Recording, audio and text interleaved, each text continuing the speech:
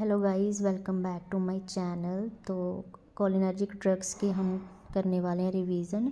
Direct acting होती हैं, indirect acting और मिक्स्ड एक्टिंग। जो डायरेक्ट एक्टिंग है वो डायरेक्टली ही रिसेप्टर से बाइंड हो जाती हैं, वो एज ए एगोनिस्ट काम करेंगी। जो इनडायरेक्ट एक्टिंग है वो रिसेप्टर से डायरेक्टली बाइंड नहीं करेंगी, उसकी जगह वो क्या करती हैं कि साइनेप्टिक क्लेफ्ट में जो हमारा एसिटाइल कोलिन होता है उसकी जो कंसंट्रेशन है वहाँ पर उसको बढ़ा देती हैं। और इसके बदले में क्या होता है कि जो एसिटाइल कोलिन है वो कोलिन एस्ट्रेज एंजाइम की वजह से कोलिन में कन्वर्ट नहीं हो सकता है, इसलिए हम इसको बोलते हैं anti choline esterase.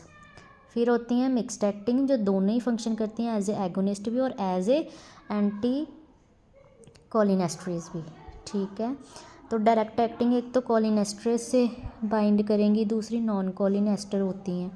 Colin ester में आ जाएंगी बीथेनकोल, जो कि ब्लैडर और बोवल मूवमेंट को स्टिमुलेट करती हैं। ए से आ जाए एसिटाइल कोलिन, फिर methacholine and carbachol. Non choline ester alkaloid and synthetic में आता है muscarine, arecoline, pilocarpine, nicotine and oxotremorine. ठीक है, तो इसमें आप याद रखना कोलिन वालों में तो सब में CHOOL सब में ही आ रहा है, या फिर COL आ रहा है। ठीक है, और जो नॉन कोलिन है इनके पीछे आइन ज़्यादा है, देखा है आपने, मस्करीन INE, फिर एरिकोलिन के बाद INE, पिलोकार्पिन के बाद INE, निकोटीन के बाद INE एंड ऑक्सीट्रेमोरिन के बाद INE।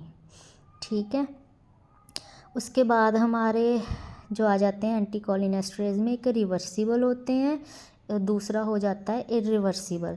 रिवर्सिबल में भी दो तरह के हो जाते हैं, कार्बामेट्स एंड एक्रीडीन।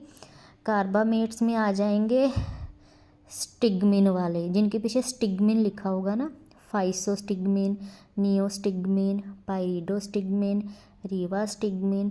एक्रीन में आ जाएंगे, एक्रीडीन में आ जाएगा एक टेक्रिन, ये आप लोग याद कर लेना अच्छे से। और इरिवर्सिबल आ जाते हैं, इसमें आ जाते हैं दो, ऑर्गेनोफॉस्फेट एंड कार्बामेट्स, सेम इसी में भी।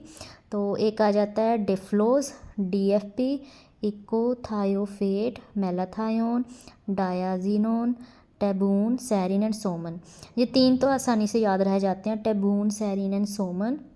बाकी ऊपर के याद करने में थोड़ी मुश्किल आती है।